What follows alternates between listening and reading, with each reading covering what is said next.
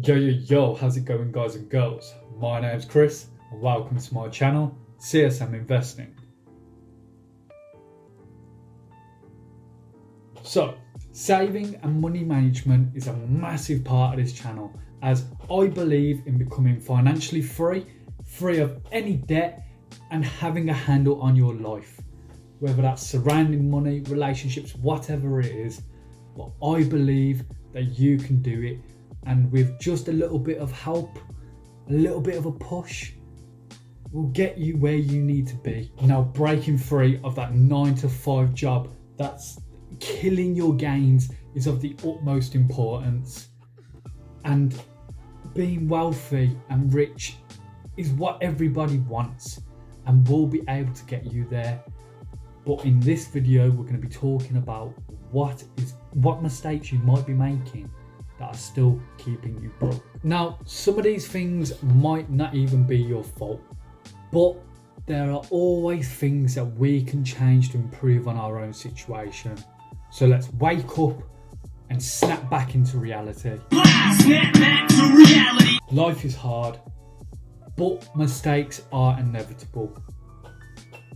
But since you're here today, we can do something about that lack of savings.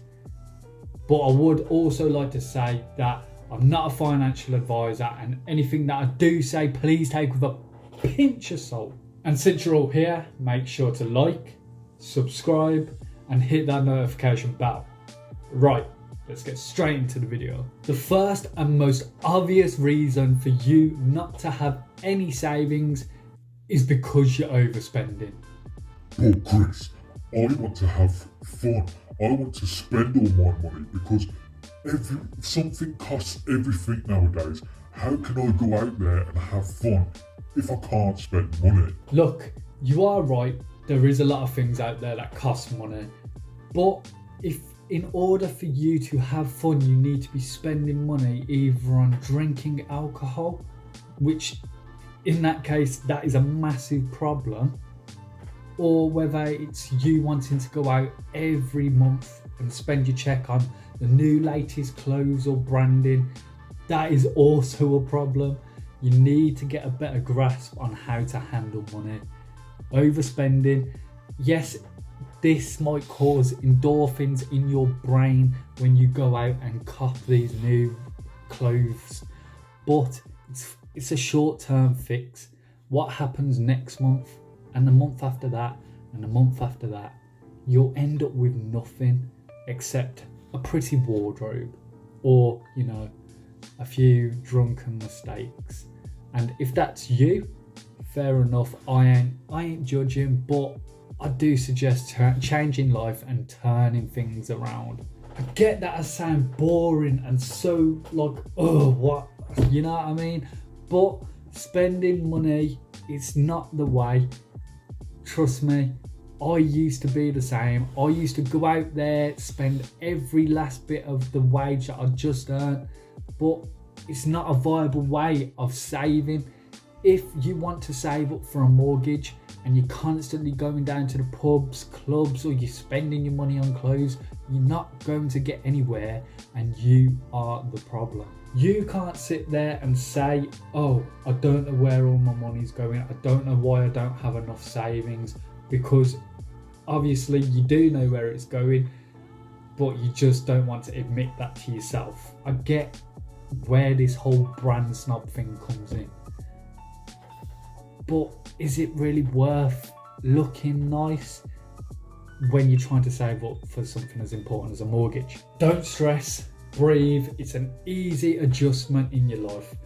Just go out once a month instead of 4 times if that's what you're doing, or even if you're going out way more, just drop it down to once a month, and then any money that you would have spent on going out, put it in a high interest savings account and watch your savings drastically increase. Now, this next step is sort of similar to the last of overspending, except in most circumstances it's not your fault, and that's because in certain areas you may be paying too much. Look, As I said, don't stress, this can also be an easy process as long as you're willing to stick on the phone with a company for like 2 to 3 hours. But seriously, it can be a quick and simple process. Look at your bills and see what you think you might be overpaying too much for. Seriously, you can make some quick cash and put it straight into your savings by doing this. Just go on comparing websites and call up the company, like your electric bill, whoever you're with, Eon Next, whoever it is, call them up and be asked to put on that plan. But it might not even be your bills, you can also do this with food. Did you know that most supermarkets get the same suppliers of meat and veg? So supermarkets like Aldi or Lidl have the same type of meat like M&S. It's just the packaging makes you think that it's higher quality when in reality it's not. With this step, there are plenty of areas where you can find ways to save money. You just have to look at things that you previously wouldn't have thought about doing. At the beginning, we talked about how things may be out of your control, and this step is just that, because as the living rate and costs increase and increase, it's becoming harder and harder to save. Yes, your wage might increase alongside that, but if you're on minimum wage, how are you even possibly meant to save and go out and have things nice for yourself? It is pretty much impossible. There is a solution to this, and some of you aren't going to like it, but you're going to have to learn a skill to get yourself out of the situation that you're in now. That way you can get a higher paying job to then be able to actually afford saving, because living costs will keep increasing each year, and if you don't get yourself out of the situation that you're in, then you're going to be struggling for the rest of your life.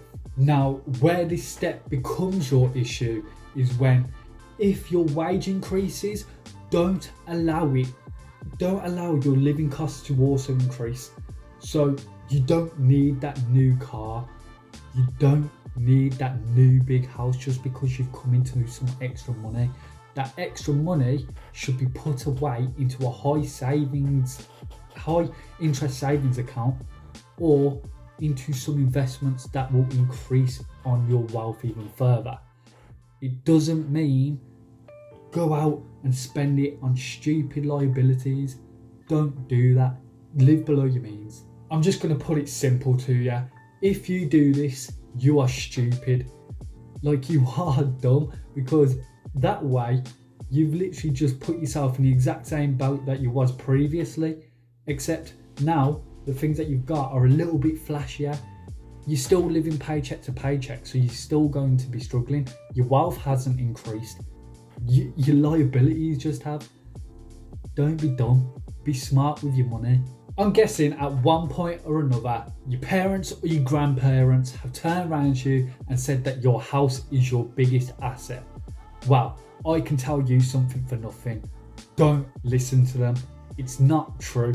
Unless your house is generating you income, it cannot be classed as an asset. Yes, if you turn around and go, right, I'm flipping this house as it has appreciated in value over the years, fair enough. You can turn around and you can say that is an asset as it has produced some income for you. You've made a profit on that house. Or if you're going to rent it out, you are then getting passive income. There you go, it's an asset. But if you're just living in it, it's not an asset, it's a liability. You are paying a mortgage on that. It's not, and you are paying that mortgage from whatever income you're getting. It's a liability, not an asset. Don't listen to the older generation.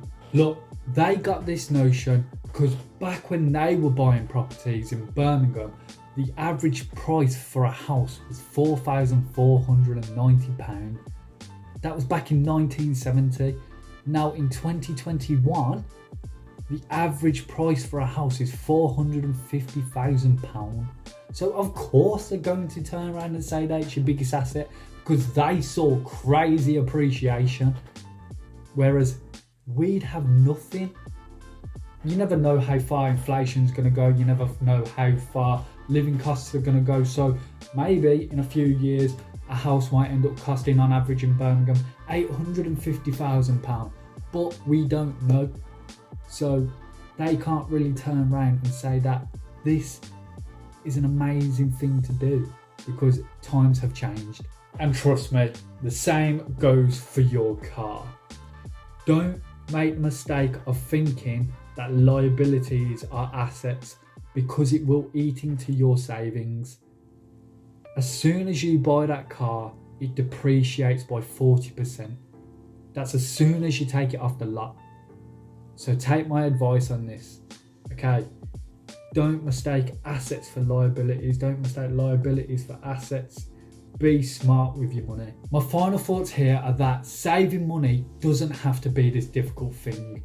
You just have to look at your expenses, maybe cut back a little bit, and then watch your money grow. Seriously, you might be the issue. In some circumstances, you might not. But just look at what you can change and do it.